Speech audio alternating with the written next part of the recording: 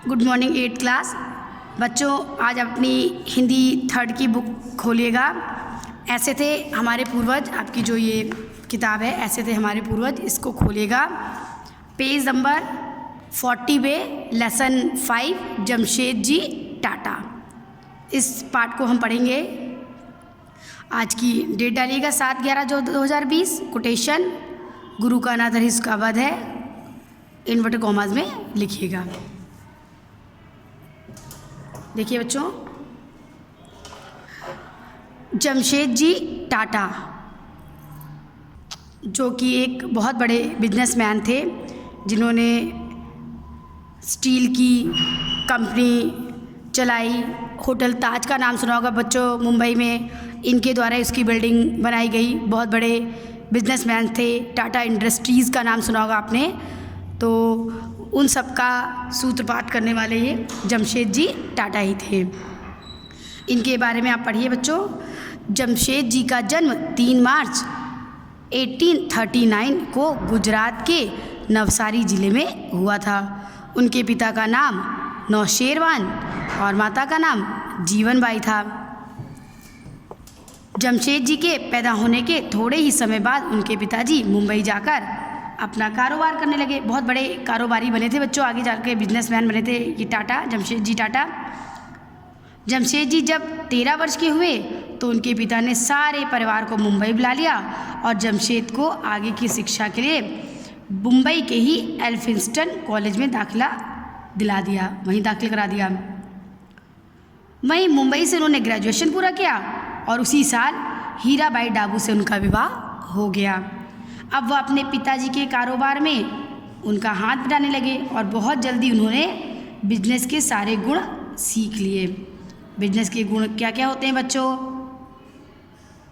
पैसा कहाँ लगाना है, कहाँ से फ़ायदा हो रहा है, कहाँ से नुकसान हो रहा है, नुकसान की हालत में तो हमें पैसे कहीं लगाना ही नहीं है, किस तरह से हमें मेहनत करनी है। तो ये सारे बिजनेस के गुण होते हैं।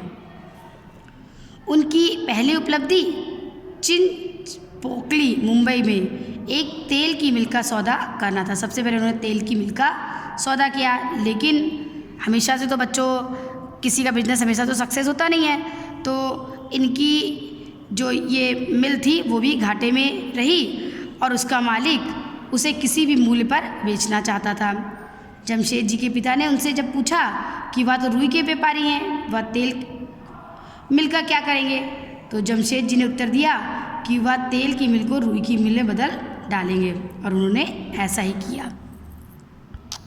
यानी बच्चों, उस तेल के मिल का मालिक किसी भी कीमत को पर उस मिल को बेचना चाहता था और जमशेद जी ने अपने पिता से यह कहकर वो मिल खरीदवा ली कि वो तेल की मिल को रुई की मिल में बदल देंगे और अपना रुई का व्यापार करेंगे, और उन्होंने किया भी ऐसा ही।